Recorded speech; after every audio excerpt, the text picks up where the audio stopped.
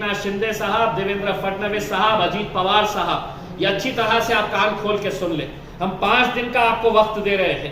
अगर 5 दिन के अंदर इन लोगों के ऊपर अगर कार्रवाई नहीं हुई तो छठे दिन हम पूरे महाराष्ट्र की मीटिंग लेंगे और एक डेट डिक्लेयर करके इतनी बड़ी रैली मुंबई की तरफ कूच करेंगे हम कि महाराष्ट्र के इतिहास में कभी देखी नहीं होगी।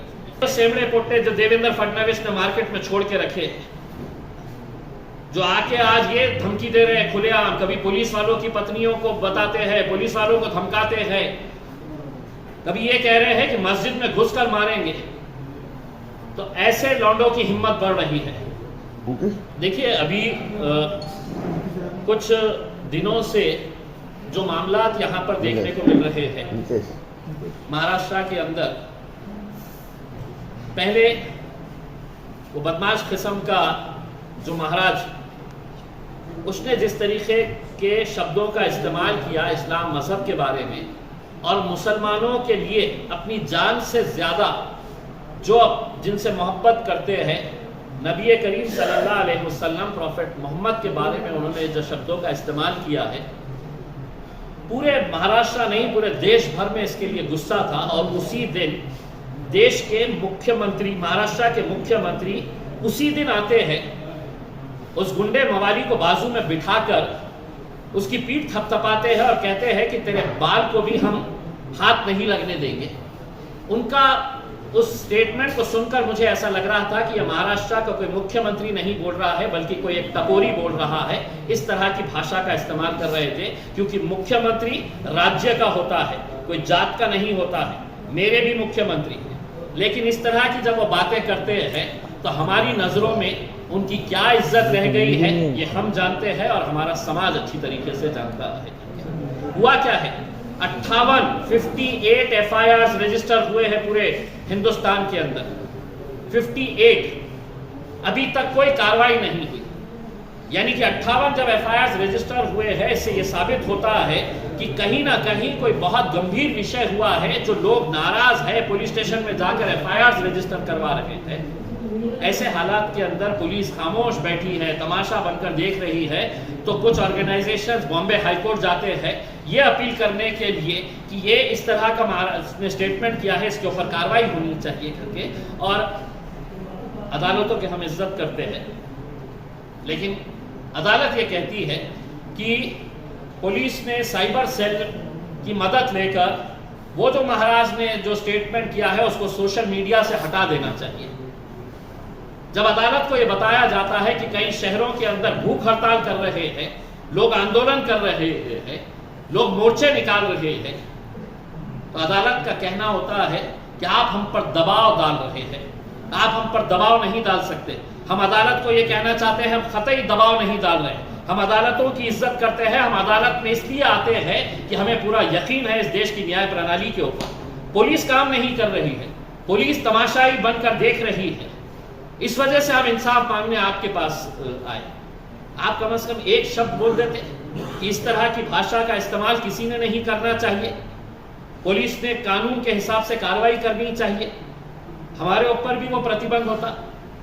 कार्रवाई नहीं हो रही है, इस वजह से ये जो सेमड़े पोटे जो देवेंद्र फडणवीस ने मार्केट में छोड़ के रखे, जो आके आज ये धमकी दे रहे हैं खुलेआम, कभी पुलिस वालों की पत्नियों को बताते हैं, पुलिस वालों को धमकाते हैं, कभी ये कह रहे हैं कि मस्जिद में घुसकर मारेंगे, तो ऐसे लौंडों की हिम्मत बढ़ रही है कि कुछ तो नहीं होने वाला है करके। तो हमने तय किया है, अगर सरकार ये चाहती है कि ये राज्य कानून के हिसाब से चले तो हम उसका आदर करें, लेकिन हमको समझ में आ गया सरकार चाह रही है कि अब जो लड़ाई है वो रास्ते के ऊपर, तो महाराष्ट्र के मुख्यमंत्री एकनाथ शिंदे साहब, देवेंद्र फडणवीस साहब, अजीत पवार साहब, ये अच्छी तरह से आप कान खोल के सुन ले।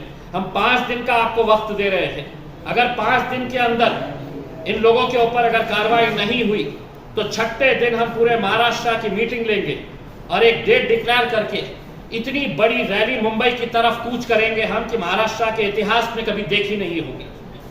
और हम वहां पर आके कोई हंगामा नहीं करेंगे, हम पूरा संवैधानिक अधिकारों का इस्तेमाल करते हुए शांतिपूर्ण तरीके से आपके पास आएंगे और मुख्यमंत्री साहब, उप मुख्यमंत्री साहब, आपको हम एक संविधान, कॉन्स्टिट्यूशन की एक पुस्तक आपको गिफ्ट करने के लिए आएंगे। महाराष्ट्र के बड़े आईपीएस ऑफिसर्स को फ्रेम करके, वो जिस वक्त आईपीएस की शपथ ले रहे थे, उस शपथ की याद दिलाने के लिए वो शपथ हम फ्रेम करके आईपीएस ऑफिसर्स को और महाराष्ट्र के वरिष्ठ पुलिस अधिकारियों को हम देंगे कि आप अपना कर्तव्य निभाइए।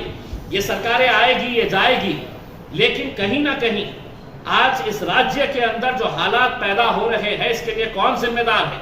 सिर्फ अपनी कुर्सी बचाने के लिए आप आम लोगों को लड़ाना चाहते हैं, आप दंगे भड़काना चाहते हैं, कोई कार्रवाई नहीं करेंगे। 58 एफआईआर होने के बाद मैं तो अपील करूंगा लोगों से, अब कहीं पर कुछ होता है तो कोई जरूरत नहीं एफआईआर करने की। महाराष्ट्र की सरकार ने हमको संकेत दे दिया है कि तुम्हारी एफआईआर सिर्फ हम कागज काला करने के लिए करेंगे, लेकिन कार्रवाई नहीं करेंगे। जो कार्रवाई करनी है तुम्हें सड़क के ऊपर आओ और करो, तो वो कार्रवाई करने के लिए भी हम तैयार हैं। 5 दिन का वक्त है, इस 5 दिन के अंदर अगर नहीं करते हैं तो हमारी भी तैयारी है, हम आएंगे, मुंबई की तरफ कूच करेंगे। रामगिरी महाराज को आपने अलर्ट किया है? देखिए, रामगिरी एक तो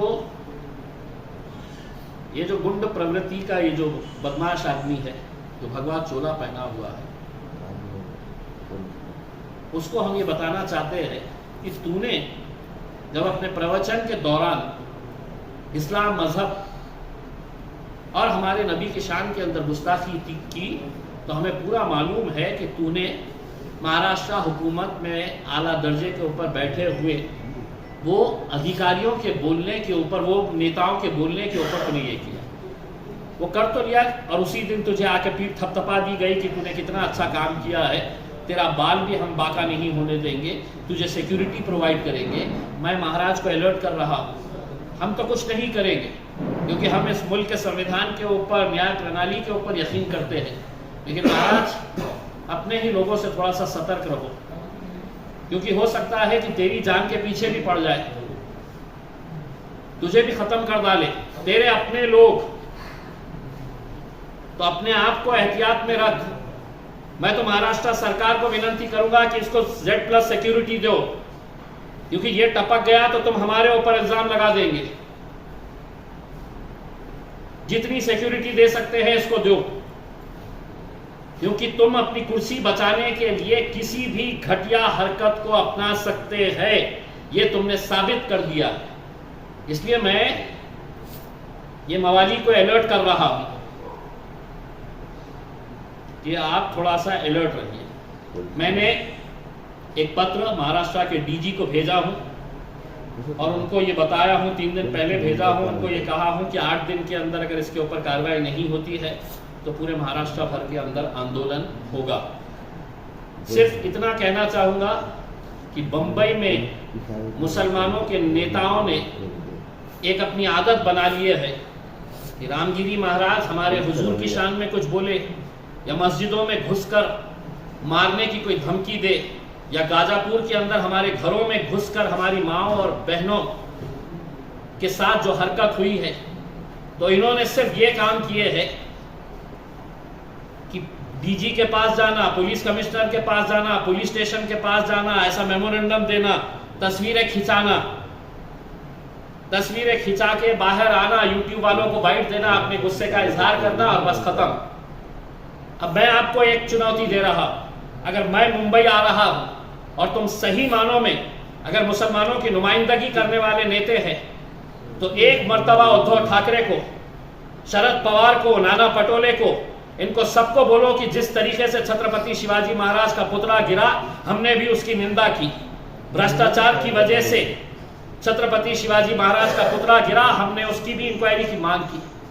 कैसे सड़क के ऊपर निकल के आ गए, ऐसा लग रहा था आरिफ नसीम खान फूट फूट के रो डालेंगे वहां पे।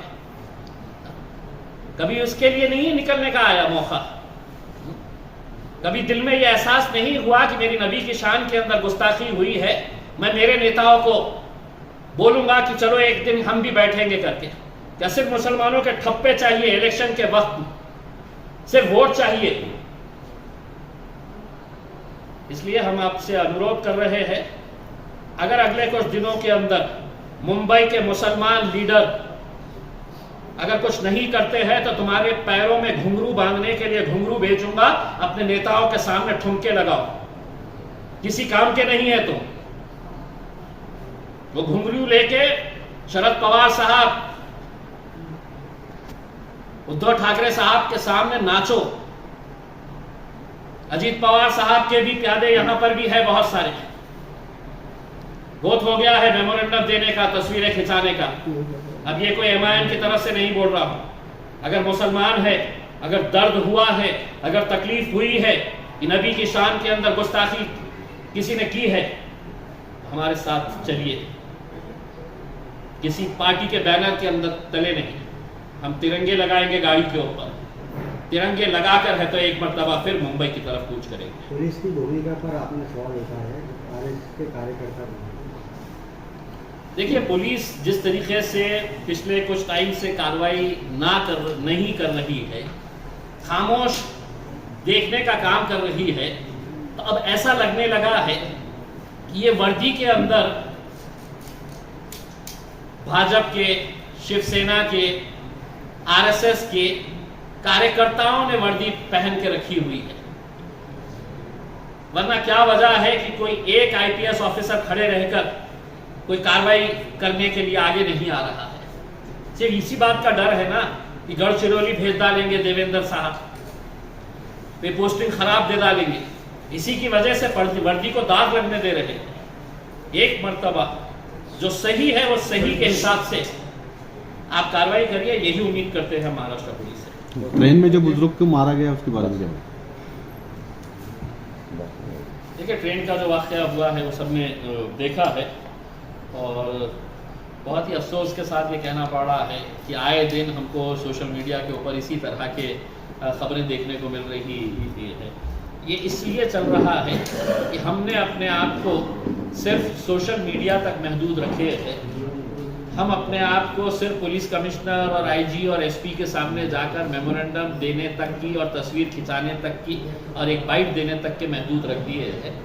अब सरकार खुद चाह रही है कि तुम्हारी लड़ाई तुम खुद लड़ो, सड़क पे आओ, तो हम वो लड़ाई लड़ने के लिए तैयार हैं। सर, एक आखिरी सवाल, आपने कहा कि हम न्याय व्यवस्था और कोर्ट का आदर करते हैं, लेकिन उधर से भी हमको न्याय मिलने की गुंजाइश नहीं हो रही है प्रोसीडिंग की वजह से, तो आप एक बार उसका स्टैंड क्लियर कीजिए कि कोर्ट भी ऐसा क्यों शांत बैठा है? नहीं, हमें देखिए, हम कोर्ट का आदर करते हैं, मैंने पहले भी कहा है, लेकिन सवाल ये है कि जब ये मैटर कोर्ट के अंदर गया तो कोर्ट से हम ये उम्मीद कर रहे थे, हम कोर्ट में गए क्यों? अगर पुलिस कार्रवाई कर देती तो कोर्ट में जाने की जरूरत ही नहीं पड़ती थी।